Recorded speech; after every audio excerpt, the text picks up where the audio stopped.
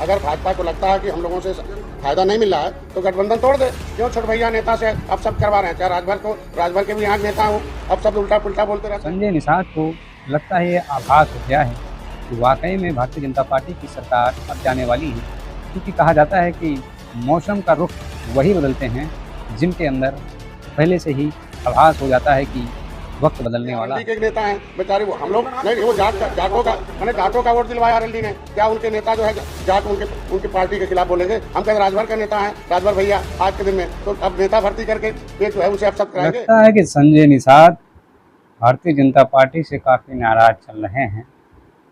वो अपने बयानों में कह रहे हैं कि अगर भारतीय जनता पार्टी को पिछड़े और छोटी पार्टियों से कोई फायदा नहीं हो रहा है तो निकाल दे। कि जो कुछ चल रहा है, अगर भाजपा को लगता है कि हम लोगों से फायदा नहीं मिल रहा है तो गठबंधन तोड़ दे।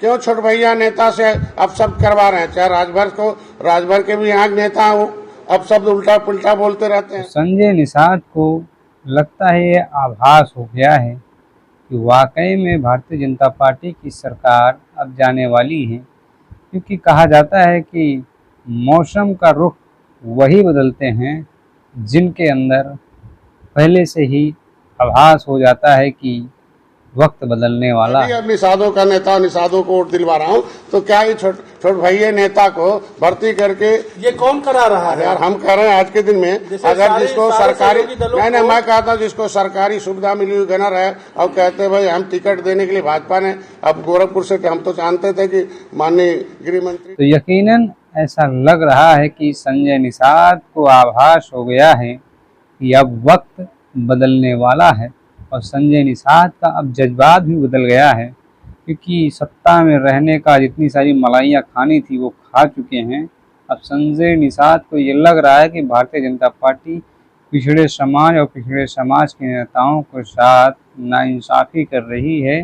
जो इज्जत सम्मान मिलना चाहिए था वो मिल नहीं रहा है। संजय निषाद को ऐसा लग रहा है। तो यकीनन संजय निषाद जी, आपकी अक्ल अब जाके खुली है, क्योंकि अब सत्ता की मलाई अब खा चुके हैं। आपको ये आभास हो चुका है कि अब सरकार जाने वाली है, क्योंकि जिस तरह से बिहार में तेजस्वी और राहुल गांधी की जोड़ी बिहार में कहर ढा रही है, इसी प्रकार उत्तर प्रदेश में माननीय राष्ट्रीय अध्यक्ष अखिलेश यादव जी का जलवा है।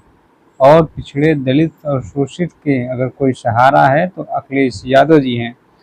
तो ये संजय निषाद के बयान जो आ रहे हैं निकल कर, इससे ये साबित हो रहा है कि संजय निषाद के साथ कुछ बहुत बुरा हो रहा है, जो उनके दिलों में बहुत गहरा सदमा मिल रहा है। संजय निषाद, अगर ऐसा लग रहा है तो आपको तत्काल रूप से पार्टी छोड़ देनी चाहिए और सरकार से इस्तीफा देकर अपने पिछड़े समाज के लिए आवाज़ उठाइए। क्योंकि जिस तरह से भारतीय जनता पार्टी पिछड़े, दलित और वंचितों के साथ शोषण कर रही है, तो उसके खिलाफ आवाज़ उठाइए।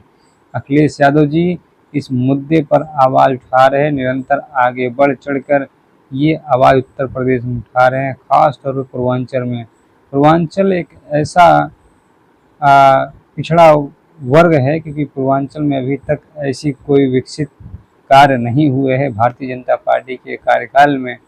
माननीय राष्ट्रीय अध्यक्ष अखिलेश यादव जी की सरकार थी तो बहुत सारे कार्य हुए थे, मगर संजय निषाद जी, आप भी इस पर ध्यान दीजिए, पिछड़े दलितों की आवाज़ बनिए और सरकार से सत्ता की मलाई खाना बंद करिए।